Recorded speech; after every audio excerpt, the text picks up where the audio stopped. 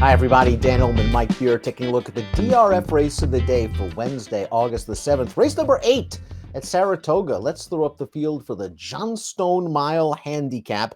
125,000. This race is for fillies and mares. They are New York bred. 7 in here. Your morning line favorite, understandable.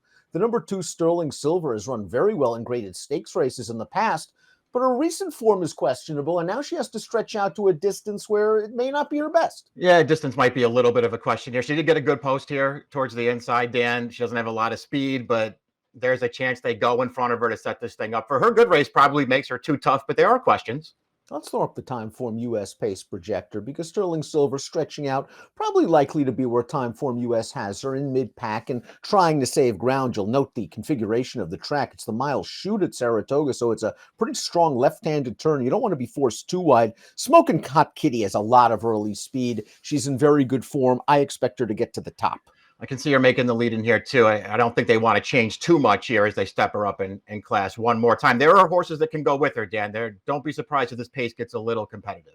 Sunset Louise, the number 1, has the LP flag over her chiclet. That indicates she has the fastest Timeform US late pace rating. We'll start our analysis with Sunset Louise, who finished 5th in a disappointing last in this race last year after coming into it in very good form, including a win over course and distance in an off-turf race. It's her 3rd start off of a long layoff. Maybe she's racing herself back into form. She caught a muddy track last time out, turf the time before that. Maybe she's muddied up.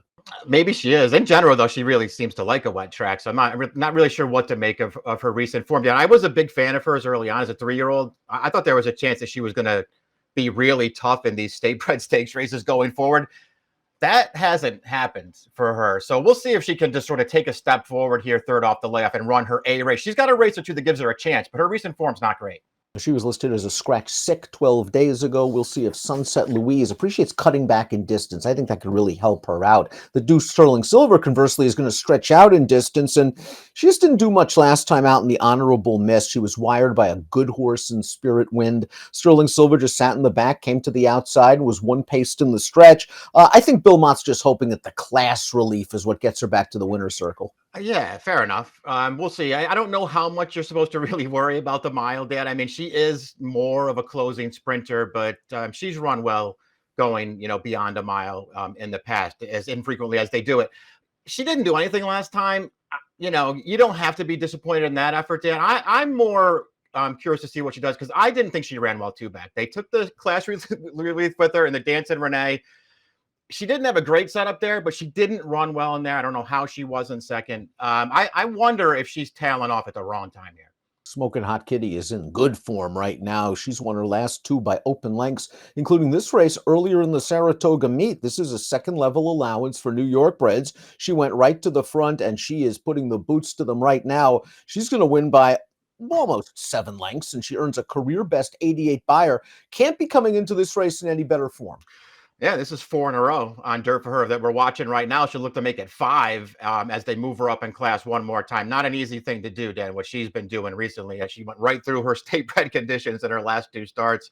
They've obviously found what listen, they started out on turf early in her career. She's a way better dirt horse. This is a way tougher race, too.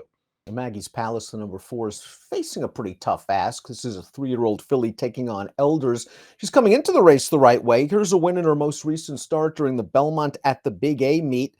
This is an allowance race, and she sat off of the pace, but the pace was pretty solid, at least in the early going, and she's going to run these horses down. The horse that finishes 3rd came back to place twice, buyers of 68 and 65, so she has to run a little faster. She just has to run a lot faster to go with these horses. They're going to take a shot in this race. She runs well in here, Dan, but you're right. The setup was there for the horse that she's closing down there. And Fuego, who's actually a pretty good dirt sprinter, was first back from a really long layoff, got involved on a fast pace, and got tired at the end.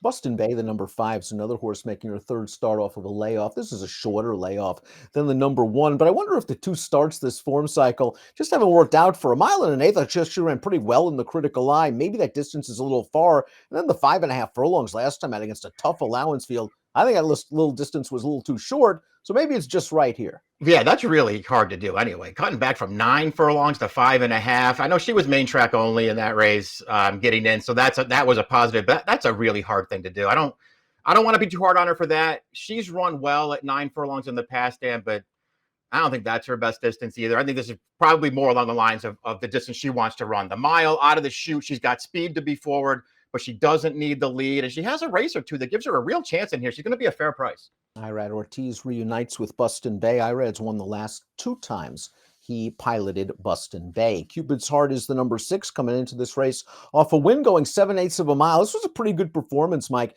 Open first level allowance off of a lengthy layoff. We're talking 8 months here. Stayed close to the pace. 7 furlongs isn't an easy distance to return off the layoff. And she's able to grind this field down. And the runner-up flattered the form, came right back to win a 1X with an 89 buyer. Yeah, good job by Bruce Levine having her ready to go 7 off that lap. She's going to wear this horse down at the end. A strong performance, and she approached her buyer top in this performance too, Dan. So a little forward move, second off the layoff now, mile, no issue for her. She's got tactical speed from the outside.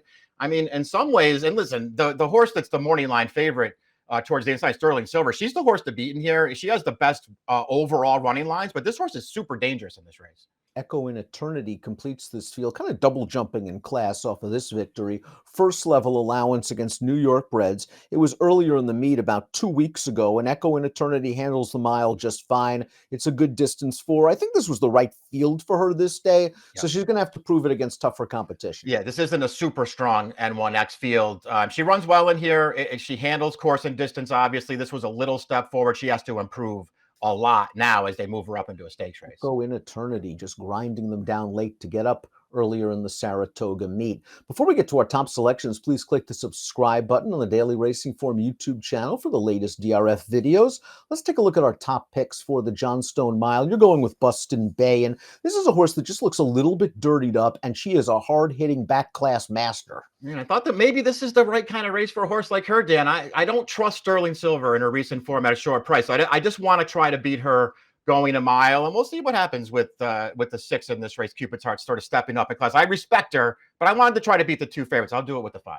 I'm not sure if I'm going to be investing much into this race, if at all. Sterling Silver, I just think is going to get through this. I think the mile's within her scope when she gets the right setup. I think the trip will work out for her. We'll see if she can still run.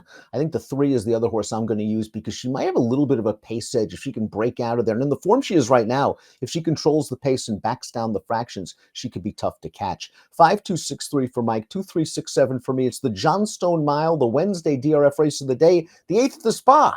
Best of luck.